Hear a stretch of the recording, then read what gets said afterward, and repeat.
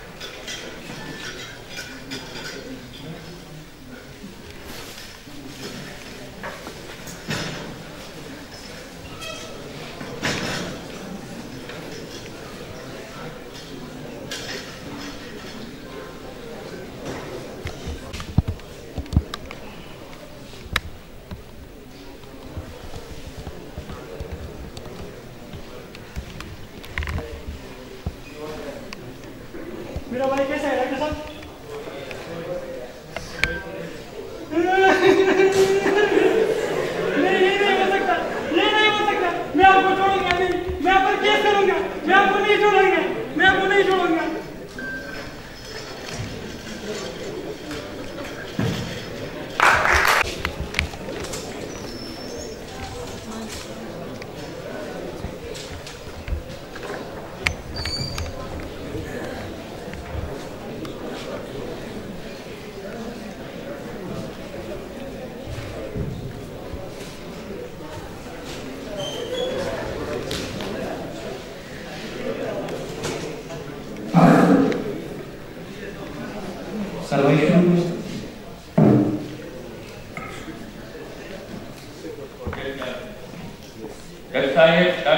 हमारे डॉक्टर एक मसीहा रोग करता है, लेकिन ये डॉक्टर साहब ओमेन रखते जो एक मसीहा, ये ओमेन रखते जो मसीहा नहीं हो, ये डॉक्टर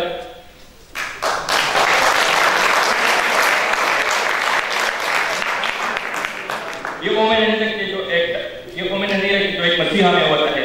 हमारा क्लाइंट का ये कहना है जब पेशेंट को अस्पताल लाया गया तो डॉक्टर की लेट आने की वजह से उसकी हालत और भी खराब हो गई और उसकी मौत हो गई। हमारा क्लाइंट का ये कहना है डॉक्टर ये सरासर डॉक्टर की गलत होना अहली की वजह से हुआ है। हम अदालत से इंसाफ की उम्मीद रखते हैं। आई rest my case. Objection, my lord. Objection. This is 101 but incorrect misunderstanding between the patient and doctor relationship. Article 108, part subsection A, part number 1 to 8 is defined as a patient-doctor relationship. To do good, to do no harm, there will be truthfulness. So as defined as doctor should be good, should be no harm to the patient. So अगर आप इस timing की report को देख सकते हैं, ये देखिए कैमरे के फुटेज में डॉक्टर जब आया था 10 बजकर, पेशेंट आया था अस्पताल में, डॉक्टर और उसकी यूनिट 10:05 को से पहुंच चुकी थी। देखिए किस तरह बोल रहे हैं कि ये आप डॉक्टर की गफलत की वजह से, ये नहीं है, आपको डॉक्टर की वैल्यू पता नहीं। डॉक्टर 8 साल पढ़ के एफसीपीएन पार्ट 1 पार्ट 2 से क्लियर आर्टिकल स्टडी करके वो एथिक का भरपूर बेस्ट एग्जांपल को मिलता है। पॉसिबल हेल्थ केयर की डिग्री जो है इसको ऐसे नहीं मिली, उसको 8 साल मेहनत करके मिला है। तो जज साहब मैं आपसे इजाजत से डॉक्टर को पेश करूंगा कि आपको डॉक्टर को पेश करूंगा तो आपको पेशेंट की रिपोर्ट ऑनरेबल जज साहब, मेरे पास जो पेशेंट लाया गया था उसको एक वाटर बॉर्न डिजीज थी जिसको कॉलरा कहते हैं। ये हमारे पास एक ऐसी बीमारी होती है, मरीज जब चूंकि एक दूर दराज इलाके से लाया गया था उसकी पहले से हालत बिगड़ी हुई थी। मैंने अपनी भरपूर कोशिश की उसको बचाने की, लेकिन इसकी जो बॉडी का वॉल्यूम था वो 50% ड्रॉप हो गया था। और मेडिकल की जुबान में किसी पेशेंट का अगर 50% बॉडी वॉल्यूम ड्रॉप हो जाए तो उसके बचने के चांसेस नामुमकिन होते हैं। मैंने अपनी भरपूर कोशिश की इसको बचाने की, लेकिन जो अल्लाह को मंजूर था हो रहा है। जिस तरह मैंने बताया था कि doctor are innocent, they are just blaming doctor. Doctor एक ऐसा पेशा है जिसको आप मसीहा कह सकते हैं, मसीहा से और बढ़कर मेरे साथ अल्फाज नहीं है जो इसको डिफाइन कर सकते। तो सलाल भाई, आप वकील होकर भी इस तरह किस बयान कर सकते हैं कि डॉक्टर की गफलत की वजह से? मैं अपने इस दलाइल को और मजबूत करने के लिए मैं सेकंड विटनेस को बुलाऊंगा जो वहाँ के सिंपल लेंगे हाइड्रोजन से। डॉक्टर ऑब्जेक्शन जो रहा है हाइड्रोजन को इस केस के साथ क्या ताल्लुक है? सलाल भाई, मैंने पहले कहा है अपने लिए आप ऑब्जेक्शन ओवररूल। आप एक अच्छे मायने वाले बंदे, आप किस तरह से हिस्ट्री में comment differentiation between the patient, अगर आप पेशेंट की हिस्ट्री नहीं ले सकते तो उसको किस तरह डिफाइन करेंगे? तो हिस्ट्री यू डिफाइन। जनाब आप पहले तो अपना तारुफ करें।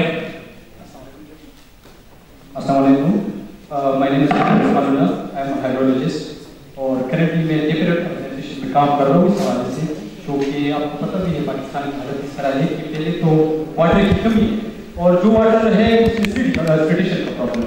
तो एज एन इंडिपेंडेंट अथॉरिटी मुझे टॉस मिला तो हमने कमेटी की 6 मेंबर्स की कमेटी हमने बना ली और वहाँ पर एक रेट हमने दी ताकि वो सेंटर करेक्ट कर सके।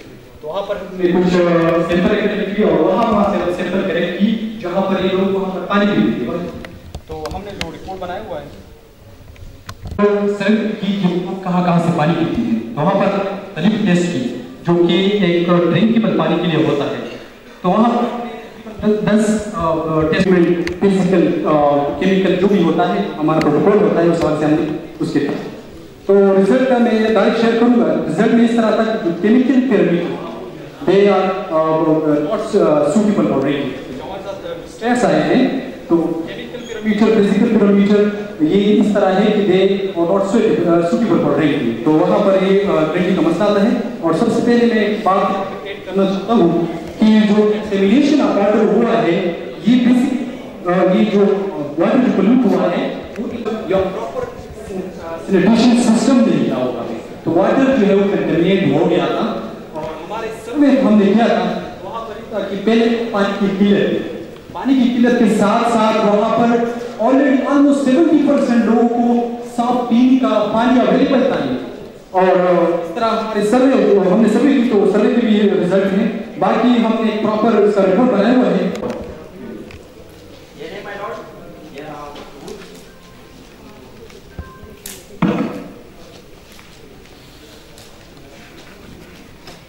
डॉक्टर साहब ये हमने वाटर बर्न डिजीज के बारे में तो बहुत कुछ सुना, तो आप थोड़ा सा इस पर रोशनी डालें कि क्या चीज़ है और इसको किस तरह प्रिवेंट किया जा सकता है।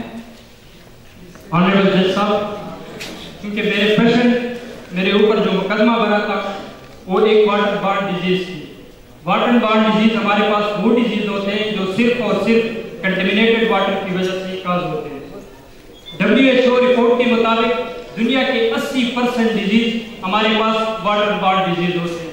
आप इस बात से बखूब अंदाजा लगा सकते हैं कि 80% हमारी जो बीमारियां हैं वो सिर्फ और सिर्फ कंटेमिनेटेड वाटर की वजह से। दूसरी एक सर्वे के मुताबिक 3.1% जो डेथ होती है वो वाटर बर्न डिजीज की वजह से होती है। हमारे पास हमारे माशरे में बहुत सी ऐसी डिजीज है जैसे कॉलरा हो गया, डायरी हो गया, डिजेंट्री हो गया, ये सारे ऐसी डिजीज है जो सिर्फ और सिर्फ कंटेमिनेटेड वाटर के पीने से हो जाते हैं। अब इसके प्रिवेंशन के लिए मैं ये कहना चाहूँगा जो इसकी प्रिवेंशन है कि सबसे पहले हमारे पास जो पीने का पानी हो वो बिल्कुल साफ हो, फिल्टर वाटर हम यूज़ करें। दूसरी बात ये कि उसमें साल्ट का मिकदार देखा जाए, उसमें मिनरल कंटेंट देखा जाए और जो हम वाटर स्टोर करते हैं वो जर्म फ्री हो।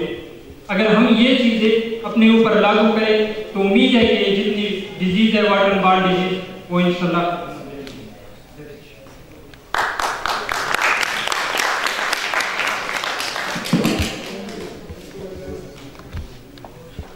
आप अपने कुछ डिफेंस में कुछ बोलना चाहेंगे?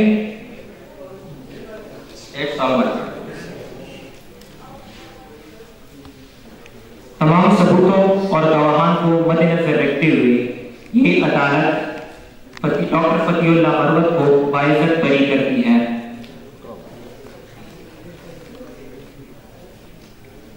हमारा जो बेसिक वो है ये वाटर और सैनिटेशन के हवाले से। सबसे पहले तो ये हमारी इस ईमान का भी हिस्सा है, सफाई इस ईमान है। सबसे पहले जो सफाई शुरू होती है वो साफ से शुरू होती है। सबसे पहले हमने जो हमारे जो पीने का साफ पानी हो, हमारे जो जिस इलाके में हम रहते हैं वो अक्सर डेंसली पॉपुलेटेड एरिया होता है और उसमें जो फ्रेश वाटर के पाइप्स होते हैं और जो सैनिटेशन वाले पाइप होते हैं वो अक्सर मिक्स कर जाते हैं, जिसकी वजह से बहुत ज़्यादा बीमारियां फैलने का खदशा होता है।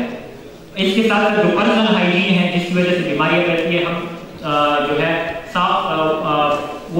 साबुन यूज करें, अच्छा साबुन जो है। इसके साथ साथ हम ऐसे मैयर्स जो पर्सनल मैयर्स हैं हमारे, उसको भी हम इंश्योर करें जिसकी वजह से हमें कोई वाटर बॉर्न डिजीज ना हो। और इसके साथ साथ जो लोकल गवर्नमेंट है, मेरा उस अदालत का उसको ये नोटिस है कि जो भी डेंसली पॉपुलेटेड एरियाज हैं वहाँ पर ये इंश्योर करें कि वहाँ पर साफ पानी मुयसर हो। इसके साथ साथ जो सैनिटेशन वाले पाइप हो और जो फ्रेश वाले वाटर वाले पाइप हो वो उनको इंश्योर किया जाए कि अलग अलग रखा जाए। जो फैक्ट्रीज जहाँ पर होती है उनको आबादी से दूर रखा जाए, क्योंकि फैक्ट्रीज के केमिकल्स होते हैं वो भी बहुत ज़्यादा मुज़िर होते हैं। उनमें जो केमिकल्स होते हैं वो कार्सिनोजेनिक होते हैं, जिसकी वजह से कैंसर वगैरह भी हो सकते हैं। तो ये अदालत जो है ये लोकल गवर्नमेंट को भी ये नोटिस जारी करती है और हमारा जो अपना जो फरीजा है, जो हर बंदे का फरीजा है, उसको भी आपको इंश्योर करना चाहिए कि हम इसको फॉलो करें। और थ्रू अवेयरनेस कैंपेन भी हमें चलानी चाहिए। बहुत से जो हमारे गवर्नमेंट है उनको भी मिलकर अवेयरनेस कैंपेन चलानी चाहिए ताकि और जो गरीब लोग हैं और उनको भी ये पता चल जाए। इसके साथ साथ पानी का किल्लत का भी बहुत बड़ा मसला है। पानी की किल्लत को किस तरह कम किया जाए, ऐसी पॉलिसी बनाई जाए, क्योंकि अगर एक कौम जो होती है वो अपने जनरेशन, आने वाले जनरेशन के बारे में नहीं सोचती तो वो कभी आगे नहीं बढ़ती। और पानी जो है वो जिंदगी है।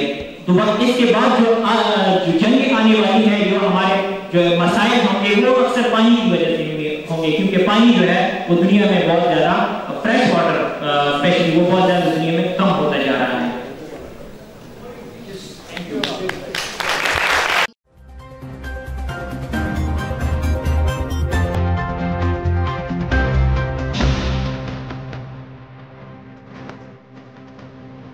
Music Studio.